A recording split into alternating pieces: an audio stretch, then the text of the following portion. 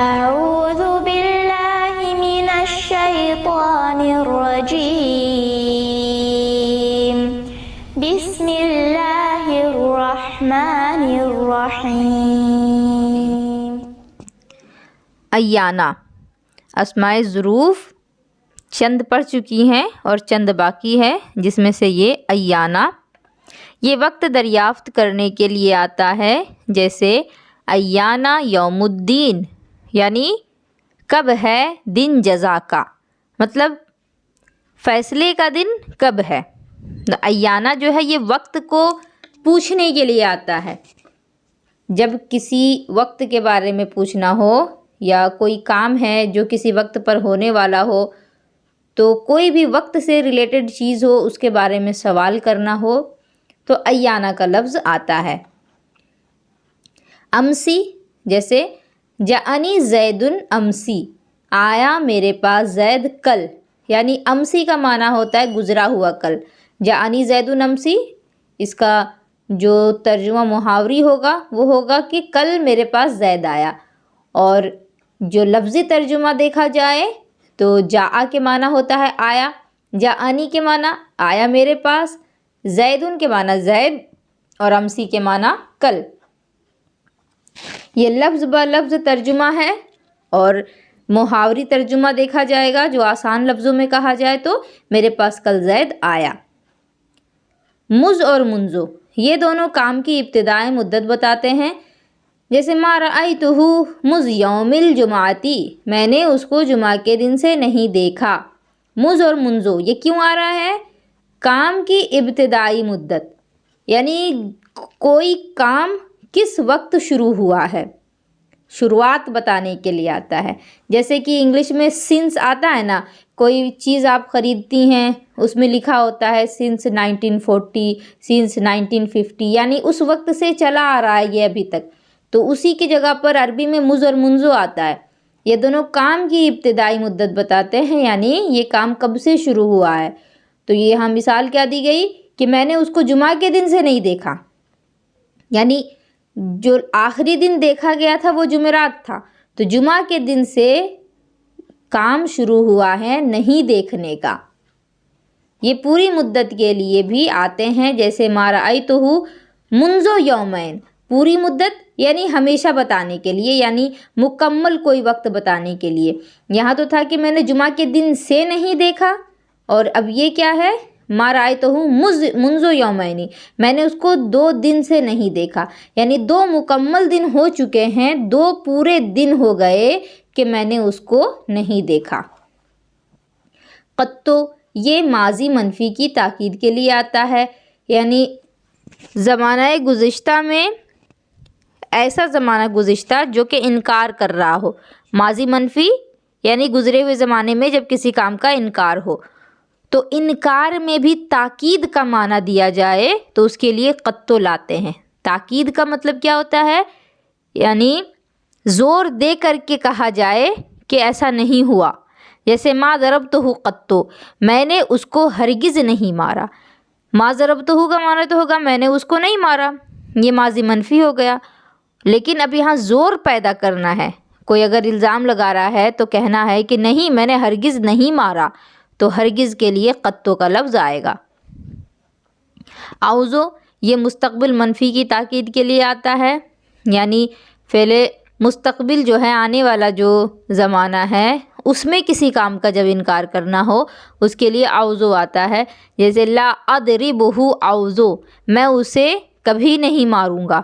جیسے ماں اپنے بچے کو غصے میں پیٹ لیتی ہیں، اس کے بعد بچہ روتا ہے تو کہتی ہیں کہ بیٹے میں اب تجھے کبھی نہیں ماروں گی، تو کہتی ہیں نا مستقبل کے بارے میں کہہ رہی ہیں، مستقبل کو تو کوئی نہیں دیکھا، پھر 4 دن کے بعد بچہ شرارت کرتا ہے تو پھر مار کھاتا ہے۔ تو اسی لیے مستقبل میں جب کسی چیز کی نفی کی جا رہی ہو، منع کیا جا رہا ہو اور اس میں بھی تاکید کا معنی لگانا ہو تو یہ لفظ آتا ہے اعوذ کا، کہ میں اسے کبھی نہیں ماروں گا۔ حالانکہ یہ اکثر جو ہے غلط ثابت ہو جاتا ہے۔ آپ میں سے جن کے ساتھ یہ ہوا ہے وہ تو اچھے سے سمجھ رہی ہوں گی۔ قبلو اور بعدو جب کہ مضاف ہوں اور مضاف الیہ متکلم کی نیت میں ہو۔ قبل اور بعد کا معنی قبل کے معنی پہلے، بعد کے معنی بعد میں، جبکہ مضاف ہوں، یعنی یہ قبل جو ہے اس سے پہلے کوئی لفظ ہو اور یہ قبل مضاف بنے اور اس کے بعد جو لفظ ہو وہ مضاف الیہ بن رہا ہو، اسی طرح بعد جو ہے یہ مضاف بنے گا اور بعد کے بعد جو لفظ ہوگا وہ مضاف الیہ بنے گا۔ تو جب یہ مضاف ہوں اور مضاف الیہ متکلم کی نیت میں ہو، یعنی مضاف الیہ لکھا ہوا نہ ہو، مضاف الیہ جو ہے وہ متکلم اپنی نیت میں رکھے، یعنی کہنے والا جو ہے جب قبل اور بعد کا استعمال کر رہا ہے اور قبل اور بعد کو یہ مضاف بنا رہا ہے، لیکن مضاف الیہ کو ظاہر نہیں کر رہا، نیت میں ہے، جیسے اللہ تعالیٰ کا فرمان ہے للہ الامر من قبل ومن بعد، قبل اور بعد جو ہے یہ پیش کے ساتھ ہوں گے، کب وہی بتایا جا رہا ہے، کیونکہ آپ نے دیکھا ہے مضاف اور مضاف الیہ میں کہ مضاف الیہ تو ہمیشہ مجرور ہوتا ہے، یعنی اس پر زیر آتی ہے، اور مضاف جو ہوتا ہے وہ اکثر پیش کے ساتھ ہوتا ہے۔ تو قبلوں پر پیش ہوگا، بعدوں پر پیش ہوگا، کب ہوگا؟ جبکہ آپ ان کو مضاف مانیں گی اور ان کا جو مضاف الیہ ہوگا وہ لکھا نہیں ہوگا، جیسے آپ یہاں دیکھیں للہ الامر من قبل و من بعد، مطلب قبل کے بعد آپ دیکھیں یہاں مضاف الیہ موجود نہیں ہے، قبل کے بعد واو ہے اور اس کے بعد من ہے جو کہ حرف جار ہے، پھر اس کے بعد بعد ہے اور بعد پر بھی پیش ہے، تو ان کو مضاف تو بنایا جا رہا ہے لیکن ان کا مضاف الیہ لکھا ہوا نہیں ہے۔ اصل میں یہ اس طرح ہوتا اے من قبلی کلی شیء ومن بعدی کلی شیء، مطلب للہ الامر من قبل کلی شیء ومن بعد کلی شیء، یہاں ہونا چاہیے تھا، یعنی اللہ تبارک و تعالیٰ کا جو فیصلہ ہے، جو معاملہ ہے، امر کا معنی اللہ کا معاملہ یا اللہ کا فیصلہ، یا پھر تمام معاملات اللہ تبارک و تعالیٰ کے لیے ہیں، من قبلی کلی شیء، ہر چیز کے پہلے بھی اور ہر چیز کے بعد بھی، یعنی کوئی بھی کام ہوا ہے یا ہوگا تو ہونے سے پہلے جو معاملات ہیں وہ بھی اللہ کے لیے ہیں، ہونے کے بعد جو معاملات ہوں گے وہ بھی اللہ کے لیے ہیں۔ تو یہاں پر قبل پر پیش اس لیے آیا ہے کیونکہ اس کا مضاف الیہ یہاں پر لکھا نہیں گیا۔ آپ یہاں دیکھیں گی قبل سے پہلے من ہے اور من جو ہے یہ حرف جار ہوتا ہے، یہاں بعد سے پہلے من ہے اور من جو ہے یہ حرف جار ہے، اور حرف جار جب آتا ہے تو بعد والے پر زیر ہو جائے گا، لیکن یہاں من کے بعد قبل پر بھی پیش ہے، زیر نہیں ہوا، اور من کے بعد پر بھی پیش ہے، زیر نہیں ہوا۔ تو کیوں نہیں ہوا؟ کیونکہ قبل کا مضاف الیہ یہاں لکھا ہوا نہیں ہے، اگر لکھا ہوا ہوتا تو زیر کرتے، جیسا یہاں مثال سے سمجھایا گیا من قبلی کلی شیء، من کے بعد قبلی ہے زیر کے ساتھ، تو یہاں زیر کے ساتھ ہونے کی وجہ سے پھر یہاں کلی شیء مضاف الیہ بھی ہے۔ جب پیش ہوگا تو سمجھ جانا ہے آپ کو کہ مضاف الیہ لکھا ہوا نہیں ہے، صرف نیت میں ہے۔ اور جیسے انا حاضر من قبل، یعنی من قبلی کا، متا تجیئنا بعد، یعنی بعد ھذا، مطلب کیا ہے؟ انا حاضر من قبل، کہ میں حاضر ہوا پہلے، مطلب یہاں پر بھی آپ دیکھیں من حرف جار ہے اور اس کے بعد قبل پر پیش آیا، جو کہ یہاں پر قبلی ہونا چاہیے تھا، زیر ہونا چاہیے تھا، کیونکہ حرف جار جب آتا ہے تو اپنے بعد والے اسم کو زیر لگاتا ہے، لیکن یہاں زیر نہیں لگا ہے۔ کیوں نہیں لگا؟ کیونکہ یہ قبل جو ہے اصل میں قبلی کا ہونے والا تھا، تم سے پہلے۔ کہنے والا کہہ رہا ہے کہ میں حاضر ہوا تم سے پہلے، کاف ضمیر جو ہے یہ واحد حاضر کے لیے آتی ہے، تو یہاں کہنے والا یہ کہہ رہا تھا کہ میں حاضر ہوا تم سے پہلے، لیکن جب یہاں پر تم کا لفظ نہیں لگایا گیا، کاف ضمیر کو چھپا دیا گیا، تو اسی لیے من کے بعد جو قبل ہے اس پر پیش ہے، لیکن اگر کاف ضمیر لگا دیں گے تو من کے بعد جو قبل ہوگا وہ زیر کے ساتھ ہوگا۔ اسی طرح متا تجیئنا بعدو، کہ متا یعنی کہ کب، تجیئنا تم ہمارے پاس آؤ گے۔ اب یہاں پر بھی بعدو دیکھیے، بعد کے معنی ہوتا ہے بعد میں، اور یہ بعدو آیا کیوں؟ کیونکہ یہاں پر کہا جا رہا ہے بعد ھذا، اس کے بعد، مطلب اب تم اس کے بعد ہمارے پاس کب آؤ گے، اس کا پورا معنی یہ نکلے گا۔ پھر ظرف مکان حیث، قدام، خلف، تحت، فوق، عند، این، لدا، لدن۔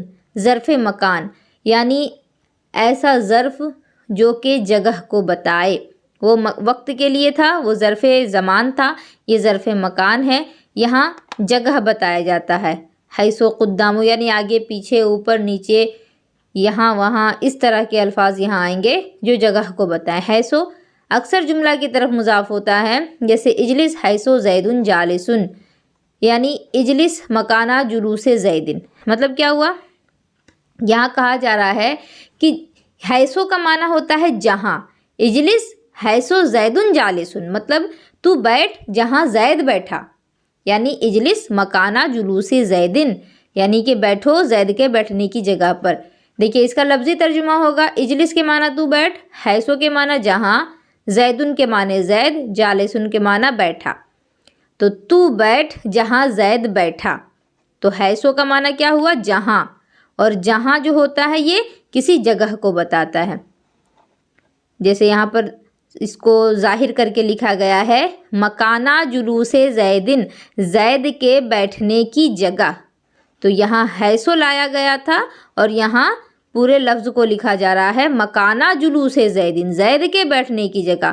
تو پتہ چل رہا ہے کہ جب آپ حیث لگا دیں گی تو آپ کو اتنا لمبا لکھنے کی ضرورت نہیں پڑے گی، مکانہ جلوس زیدن یہ لکھنے کی ضرورت آپ کو نہیں پڑے گی اگر آپ حیث کا استعمال کریں گی۔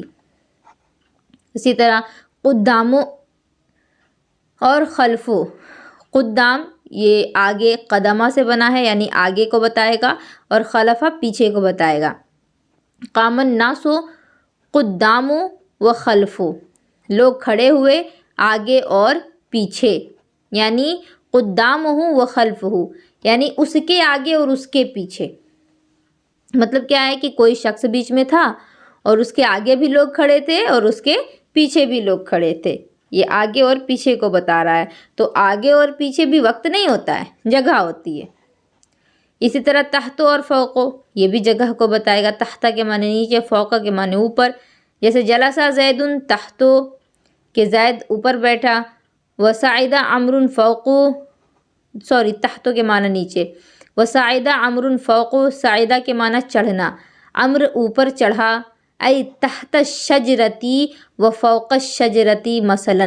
یہاں مثال دی جا رہی ہے، جیسے دیکھیے تحت کے معنی نیچے، تو کوئی چیز تو ہوگی نا کہ جس سے نیچے بیٹھا جا رہا ہے، فوقہ کے معنی اوپر، کوئی چیز تو ہوگی کہ جس کے اوپر بیٹھا جا رہا ہے۔ مان لے کہ بہت ساری کرسیاں رکھی ہوئی ہیں، کچھ لوگ کرسی کے اوپر بیٹھ گئے تو فوقو کہہ دیا گیا، کچھ لوگ کرسی کے نیچے بیٹھے ہیں، یعنی کرسی تو ہے لیکن پھر بھی زمین پر بیٹھ رہے ہیں تو تحتو کہا جائے گا۔ یہاں مثال کے لیے شجر کہا گیا، شجر کے معنی درخت، جیسے یہاں کہا گیا جلسہ زید تحتو، زید نیچے بیٹھا، اور صعد عمرو فوقو، عمرو اوپر چڑھا، تو کس چیز کے نیچے بیٹھا اور کس چیز پر چڑھا، تو یہاں درخت بتایا جا رہا ہے، یعنی وہ بیٹھا ہے نیچے درخت کے اور عمرو جو ہے وہ چڑھ رہا ہے کس پر، درخت کے اوپر۔ عندہ یعنی کہ پاس، پاس بھی جگہ کو کہتے ہیں، جیسے المال عند زید، مال زید کے پاس ہے، یہ بھی جگہ کو بتا دیا۔ اینا اور انا، خواہ استفہام کے لیے آئیں، یعنی اینا اور انا چاہے سوال بھی پوچھنے کے لیے آ رہے ہوں تو بھی یہ جگہ کو بتائیں گے، جیسے اینا تذهبو، تم کہاں جاتے ہو، جگہ کو بتا رہا ہے۔ انا تقعدو، تم کہاں بیٹھو گے، یہ بھی جگہ کو بتا رہا ہے، یا شرط کے لیے ہو، جیسے انا تجلس اجلس، جب تم بیٹھو گے میں بیٹھوں گا، تو یہاں بھی جگہ کو ہی بتایا جا رہا ہے۔ انا تذهب اذهب، جہاں تم جاؤ گے میں جاؤں گا۔ انا کیفا، انا کیفا کے معنی میں بھی آتا ہے، یعنی یہاں تو بتا دیا کہ شروع میں بتایا کہ چاہے سوال کر رہا ہو تو بھی جگہ کو ہی بتائے گا، پھر شرط آ گیا کہ تم ایسا کرو گے تو بھی میں ایسا کروں گا، تم نہیں کرو گے تو نہیں کروں گا، تو شرط ہو تو بھی یہ جگہ کو ہی بتائے گا، اور آخر میں کیفا کا معنی یعنی کہ کیسا، انا جو ہے یہ کیسا کے معنی میں بھی آتا ہے. جیسے کیفا کے معنی ہوتا ہے کیسا. اگر عربی میں کسی سے آپ پوچھنا چاہیں کہ تم کیسے ہو تو آپ کہیں گی کیف الحال، تمہارا حال کیا ہے، تم کیسے ہو. تو کیسا کی جگہ کبھی کبھی انا بھی آ جاتا ہے، دونوں ایک ہی معنی دیتا ہے. جبکہ فعل کے بعد آئے تو یہ انا جو ہے یہ کیفا کا معنی کب دے گا، یہاں پر شرط بتا دی گئی کہ جب انا فعل کے بعد آئے. جیسے اللہ تعالیٰ کا قول فَأْتُوا حَرْثَكُمْ أَنَّا شِئْتُمْ. اب یہاں دیکھیے حرسکم، حرسہ کے معنی ہوتا ہے کھیت جوتنا. حرسکم یعنی تم اپنے کھیت کو جوت رہے ہو. تو یہ حرسہ جو ہے یہ معنی ہو رہا ہے فعل کا، کیونکہ کھیت جوتنا یہ ایک کام ہے. اور انا کے لیے شرط کیا بتائی گئی، انا کیفا کے معنی میں بھی آتا ہے جب فعل کے بعد آئے. اور حرسہ فعل ہے، فعل کے بعد جب انا آیا تو یہ انا جو ہے یہ کیسا کا معنی دے گا. یعنی جیسا تم چاہو. کیسا کے معنی صرف کیسا ہی نہیں ہوگا، ایسا ویسا کیسا کوئی بھی معنی دے سکتا ہے. اے کیفا شئتم، بس آؤ تم اپنی کھیتی میں جس طرح چاہو. ٹھیک ہے، کیفا کا بارے میں بتائیں نا کہ صرف کیسا ہی اس کا معنی نہیں ہوگا، جیسا بھی ہوتا ہے. تو یہاں جیسا کی جگہ پر جس طرح آ گیا. لدا اور لدن یہ دونوں عندہ کے معنی میں آتے ہیں. عندہ کا معنی ہوتا ہے پاس، تو لدا اور لدن عندہ کے معنی میں آتے ہیں. اور فرق عندہ اور ان دونوں میں یہ ہے کہ عندہ میں شے کا قبضہ اور ملک کا ہونا کافی ہے. عندہ کے معنی پاس ہوتا ہے نا، اور لدا اور لدن بھی کبھی کبھی پاس کا معنی دیتے ہیں. لیکن عندہ کے لیے کیا ہے کہ وہ کوئی چیز اگر آپ کے قبضے میں ہے یا آپ اس کے مالک ہیں تو بس اتنا ہی عندہ کے لیے کافی ہے، اتنا ہی وہ بتائے گا. ہر وقت پاس رہنا ضروری نہیں ہے. جیسے کہ مثال دی گئی تھی المال عند زید، مال جو ہے وہ زید کے پاس ہے. تو مال جو ہے یہ ایک ایسی چیز ہے جو ہمیشہ ایک انسان کے پاس نہیں رہتی، ادھر ادھر ہوتی رہتی ہے. تو وہی یہاں کہا جا رہا ہے کہ ہر وقت پاس رہنا ضروری نہیں ہے. ہر وقت ایسا نہیں ہے نا کہ آپ لاکھوں میں کھیلیں، کوئی دوسرا بھی ہوگا، کبھی اس کی بھی باری آئے گی. تو یہ صرف ایک مرتبہ قبضہ میں آیا نا تو بھی کافی ہے. جیسے المال عند زید، مال زید کے پاس ہے، خواہ مال خزانہ میں ہو یا نہ ہو اس کے پاس حاضر ہو. اور المال لدا زید اس وقت کہیں گے جب مال زید کے پاس حاضر ہو. یعنی عندہ کب کہا جائے گا اور لدا کب کہا جائے گا، آسان لفظوں میں یہ سمجھیے کہ جس وقت آپ کے ہاتھ میں مال ہے. کیا کہا جا رہا ہے، المال لدا زیدن، اس وقت کہیں گے جب مال زید کے پاس حاضر ہو. یعنی آپ کے ہاتھ میں اگر مال ہے تو آپ لدا کا لفظ استعمال کر سکتے ہیں. اور اگر آپ کے ہاتھ میں مال نہیں ہے لیکن آپ کے گھر میں ہے، آپ کے پرس میں ہے، تو آپ وہاں عندہ کا استعمال کر سکتے ہیں. بس عندہ عام ہے، لدا اور لدن خاص ہے. خوب سمجھ لو مطلب کیا ہوا. عندہ کب ہوگا، آپ کے ہاتھ میں مال ہے تو بھی عندہ کہہ سکتے ہیں، آپ کے جیب میں ہے تو بھی کہہ سکتے ہیں، آپ کے گھر میں ہے تو بھی کہہ سکتی ہیں. لیکن لدا اور لدن صرف ایک ہی وقت کہیں گے جب آپ کے ہاتھ میں مال ہوگا اس وقت. فائدہ یہ ایک دیکھ لیں، قبل و بعد و تحت و فوق و قدام و خلف و حیث و قط و عوض و ضمہ پر مبنی ہوتے ہیں. یعنی یہ ہمیشہ پیش کے ساتھ رہیں گے. مبنی کے معنی جو کبھی نہیں بدلے گا، ضمہ کے معنی پیش، یعنی یہ ہر حال میں پیش کے ساتھ رہیں گے. اور ایانا، کیفا، اینا فتحہ پر مبنی ہوتے ہیں، یعنی ان پر ہمیشہ زبر ہوتا ہے. امسی کسرہ پر مبنی ہوتا ہے، امسی میں ہمیشہ زیر ہوگی، باقی ظروف سکون پر. اور اس کے علاوہ جو بچ گئے، قبل و بعد و یہ سب ہو گیا، اینا کیفا یہ سب ہو گیا. اب اس کے علاوہ جو بچ گئے ظرف مکان اور ظرف زمان میں، وہ ہمیشہ ساکن ہوں گے. دوسرا ہے ظروف غیر مبنی، جب جملہ یا از کی طرف مضاف ہوں تو ان کا فتحہ پر مبنی ہونا جائز ہے. ظروف غیر مبنی یعنی وہ ظرف جو کہ مبنی نہیں ہے، یعنی معرب ہے، جب جملہ یا از کی طرف مضاف ہو، یعنی جب کسی جملے کی طرف اس کا اشارہ کیا جا رہا ہو یا از کی طرف ہو تو اس کا فتحہ پر مبنی ہونا جائز ہے، یعنی زبر کے ساتھ ہونا اس کا جائز ہے، جیسے اللہ تعالیٰ کا قول ہے ھذا یوم ینفع الصادقین صدقہم، یعنی یہ وہ دن ہے کہ جب سچوں کو ان کی سچائی فائدہ دے گی۔ تو یہاں یوم جو ہے، یوم کو مفتوح پڑھنا جائز ہے، جیسے یوم اذن اور حین اذن، یہاں یوم اوپر پیش آیا ہے نا، لیکن اگر آپ چاہیں تو اس کو زبر سے بھی پڑھ سکتے ہیں۔ تو یہ جو تھا یہ بونس میں تھا، یہ اگر آپ یاد نہیں بھی رکھ پائیں تو کوئی حرج نہیں ہے۔